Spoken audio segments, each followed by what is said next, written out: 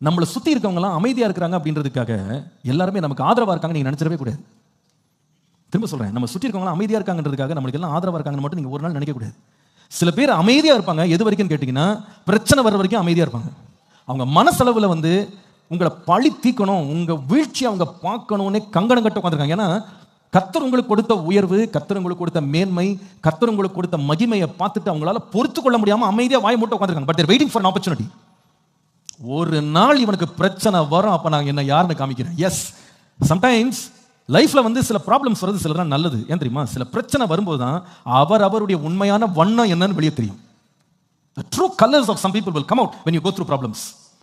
இத்தனை வருஷம் அந்த சீமை அவன் முகத்தையும் காட்டல, அவன் சத்தம் போடல, அமைதியாக உட்காந்து. ராஜ்ய பாரம் வந்து ராஜாவின் கையில், தாவீதின் கையில் ஸ்திரப்பட்டுருச்சு. அதனால நம்ம சொல்லுவோம், ஊரில் சொல்லுவோம், வாழை சுருட்டிட்டு உட்காந்துருந்தானே, அந்த மாதிரி உட்காந்துருந்தான். ஆனா ஒரு நாள் கேள்விப்பட்டான், சொந்த பையனே தாவீதுக்கு விரோதமாக எழும்பிட்டான்னு கேள்விப்பட்டவன் எவ்வளவு தைரியம் வந்துச்சு பாருங்க. இவன் ராஜா பலசாலிகள் நடந்து வராங்களாம், ஒற்றை ஆளா மேல இருந்து கல்லை தூக்கி போடுறானா, மண்ணை வாரி போட்டுட்டு வாய்க்கு வந்தபடி பேசுறான். நல்லா கவனிங்க, தாவீது ஒன்றும் பதில் செய்ய முடியாத கையாலாகாத மனுஷன் கிடையாது. இவன் பயங்கரமான ஆளு. உங்களுக்கு தெரியும்ல, கோலியாத்தை கல்லை வச்சு அடிச்சு கொண்டு போட, இப்ப மேல இவனா கல்லை பாஸ் பண்றான். அந்த தூக்கி போட்ட கல்ல ஒண்ணு இவன் கையில கிடைச்சா கூட சீமையி அன்னைக்கு க்ளோஸ் அவன்.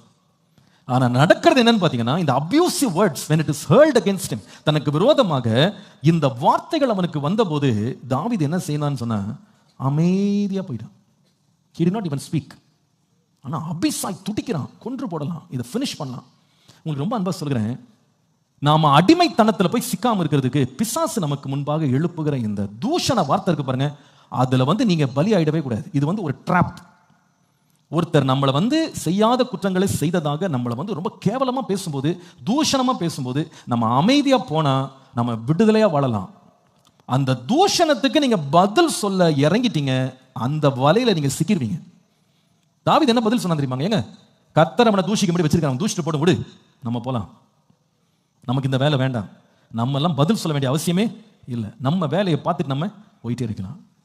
பதில் கூட சொல்லலைங்க. நான் நினைக்கிறேன் நம்ம ரட்சகராகிய இயேசு கிறிஸ்து இதே முன்மாதிரியை நமக்கு முன்பாக வைத்தார். உலகத்தில் இருக்கிற மனுஷனுக்கு இது ஆச்சரியமா தான் இருக்கும். என்னங்க இவ்வளவு பேசுறாங்க உங்களுக்கு விரோதமா, இவ்வளவு தூஷிக்கிறாங்க, ஒரு வார்த்தை சொல்ல மாட்டீங்களா? அப்ப இயேசு நம்மளுக்கு என்ன காண்பித்தார்? அவங்க தூஷிக்கிறாங்களப்பா, ஒரு வார்த்தை கூட பேசாது, அமைதியா போயிடு, அமைதியா போயிடு. அந்த தூஷண வார்த்தை எழும்பும் போது உன்னை முழுவதும் அடக்கிக்கொள். I don't respond to abuse. Make it a policy in your life. உங்க வாழ்க்கையில் ஒரு கோட்பாடாக மாற்றிருங்க.